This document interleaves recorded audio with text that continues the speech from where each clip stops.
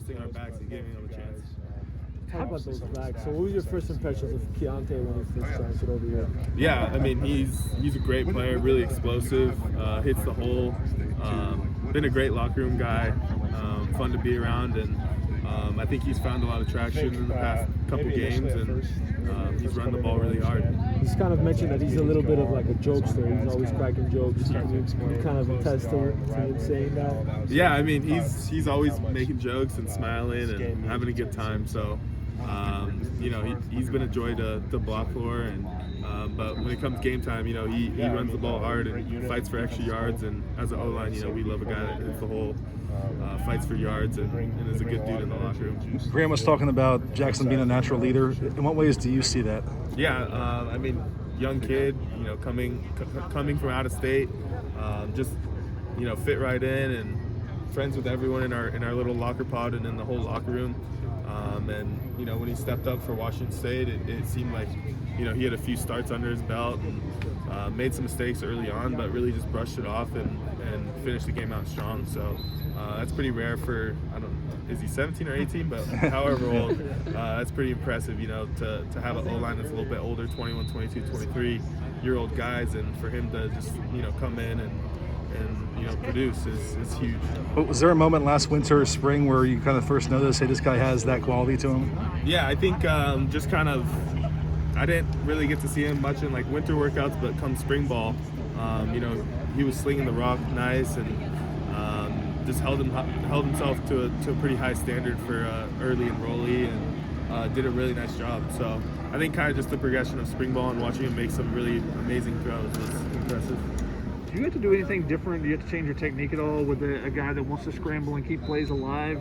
Just knowing that, you know, you may be blocking for a little bit longer with the way that he plays in the back. Yeah, I think, you know, this week with Dart back there, we're just going to have to strain a little bit harder, but I think the key we'll try not to get holding calls. You know, if you feel the D-lineman kind of run away, you just gotta let him go. And but, you know, just block extra hard and never give up, because you never know, he could be running around back there for a couple seconds, and then I think another key will just try not to get the holding calls. If you feel someone pull away, just let them go. When you do that, what's kind of the thought process then? Do you try to find someone else to hit, or, you know, what kind of goes through your mind when you kind of feel that defensive lineman? Yeah. I mean, sometimes if, you know, you feel him pull away, just kind of let him go and follow him, and you know, hopefully he'll make your block right in a way. But yeah, if you're kind of like the open hitter, just find someone to block or hit or do something. So I'm excited to watch Dart play, though. He's going to make some plays for us. It was a little different when there were two quarterbacks rotating. Now that he's the guy, have you seen any difference in him kind of asserting himself now that he knows that, hey, I am the guy? Yeah, I think so. And both quarterbacks have done a great job. And I think maybe, you know, rotating it's hard to find a little bit of rhythm at quarterback, switching every one or two drives. So I you know, Dart's going to settle down, and you know, hopefully the offense will get in a nice rhythm, and it'll be firing, and we'll score a lot of points. Can you talk about dealing with a blitz-heavy defense like UCLA and kind of what they're throwing at you and at Jackson? Yeah, I think again, it's just going to come down to a lot of communication and all being on the same page. And you know, if they bring 6 and we got 5 to block, you know, just block your guy and don't try to do anything too extra. Just, you know, block your guy and trust that someone's going to make a play, make one miss, or you know, we'll get the ball out quick or something like that. But yeah, I think communication's huge on a team like this, because they'll throw a bunch of stuff at you, and you know, they want to bait you into a wrong call and, you know, get a free hitter to, you know, hopefully make a play for them, you know, 10-yard loss or sack, fumble, or interception.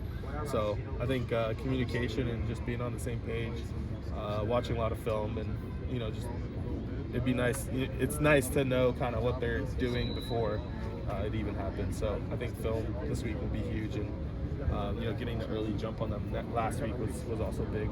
Do you feel any extra pressure or responsibility to identify the fronts, you know, with Jackson back there versus Keaton, the guy who's seen a little bit more? No, I'm always trying to do, you know, a good job. I think I guess the added pressure comes, just like he said, with the blitz heavy team. You got to be on your toes, because, you know, they're going to stem, they're going to fire multiple people. from all different directions. So just IDing things, and on a blitz-heavy team is definitely, you got to be a little bit more alert and uptight for these type of games instead of a team that just lines up and plays the same defense over and over. Have you thought about going up against Jay in this game?